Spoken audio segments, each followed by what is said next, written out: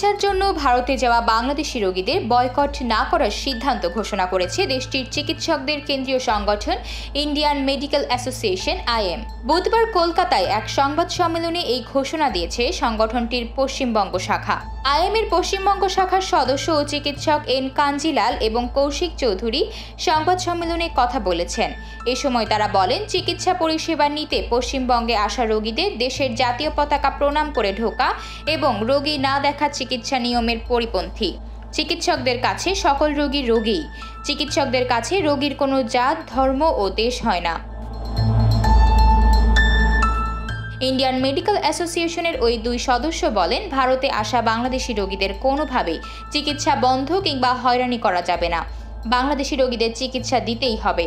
তারা বলেন, দুই দেশের মধ্যে চলমান অস্থিরতায় রোগীদের যেমন ক্ষতি হচ্ছে, তেমনি আর্থিক ক্ষতির সম্মুখীন হচ্ছে মেডিকেল ব্যবসাও।